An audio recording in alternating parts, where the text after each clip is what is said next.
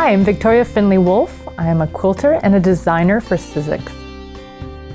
So I grew up on a farm in Minnesota. Most people are often surprised by the fact that I grew up on a 365 acre in the middle of Minnesota. Probably not my most favorite time of my life.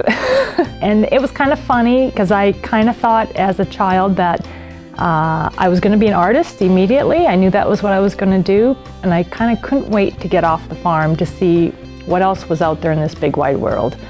My grandmother, though, was the one who made these amazing quilts that we slept under on the farm. They were beautiful quilts, and they were made of polyester. And yes, I said beautiful and polyester in the same sentence. They do go together. Color. Polyester has the most saturated, beautiful color, and I think sleeping under her quilts on that farm was, what really sort of set my tone for the color palettes that I use in my quilts today. My mother was the one who made most of our clothing. First I'm folding up my legs to sit on my chair because they're so long, so my mother would always put long 6-inch cuffs on the bottom of my pants so I wouldn't have the big floodwater pants. And also, since it was the 70s, she would make us, myself, my 3 male cousins, and my grandfather all matching shirts out of polyester. Yes. I don't know why we all had to have polyester shirts. I did get a ruffle on my shirt at least. But yeah, those were some memorable moments in clothing history, to be living in polyester clothing. So when I left the farm, I moved to Minneapolis and St. Paul, and I went to College of Visual Arts for a fine art degree in painting and sculpture.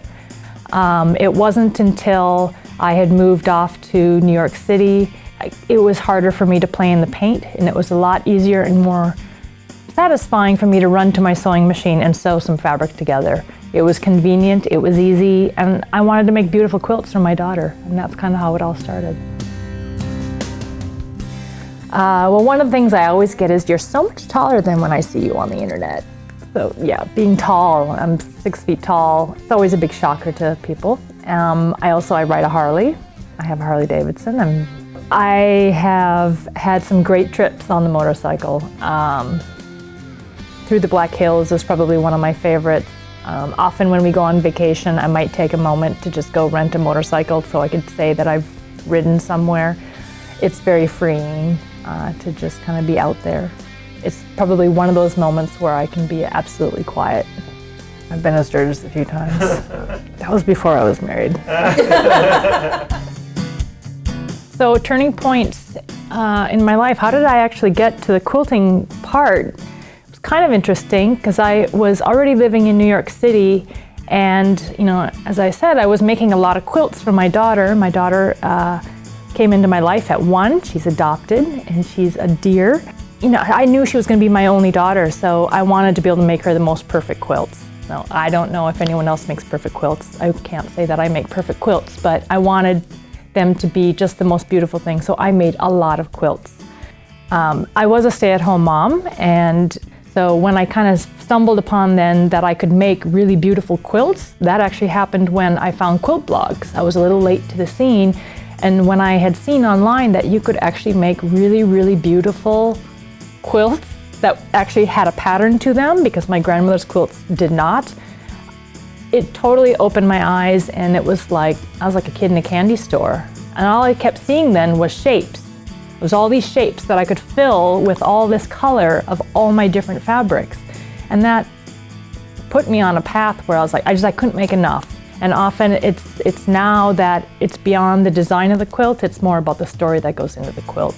So I'm always looking for some sort of connection, particularly to memories or happy thoughts or a smell of like walking into my grandmother's house. How can I capture that story and put it into a quilt? Because those are those moments where all the hair on my neck or the hair on my arm stands up, and then I know that I'm doing what I need to be doing. So pairing with Sizzix was a very natural progression for me.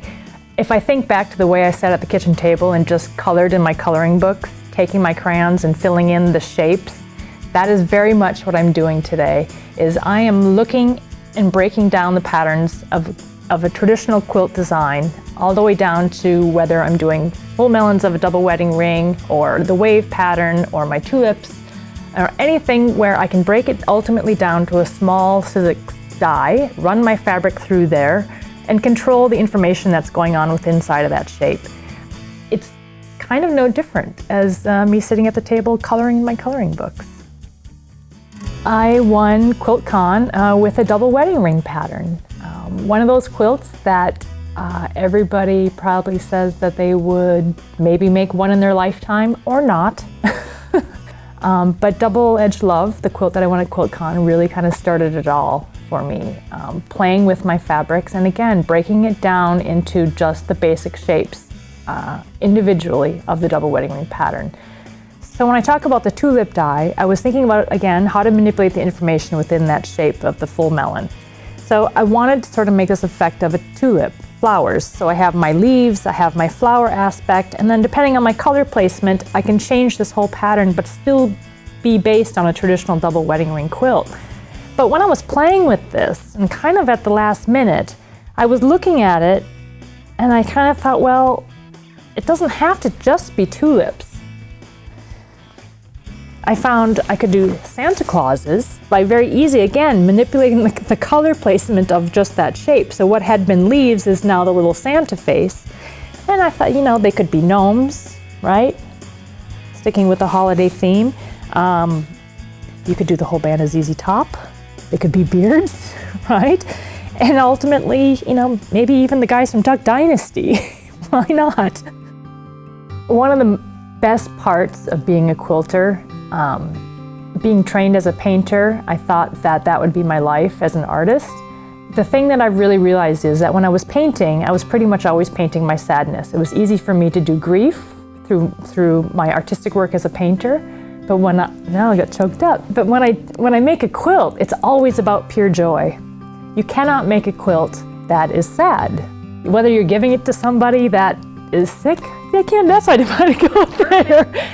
Whether you're giving it to somebody who's sick or someone who's homeless, you're gonna make their day.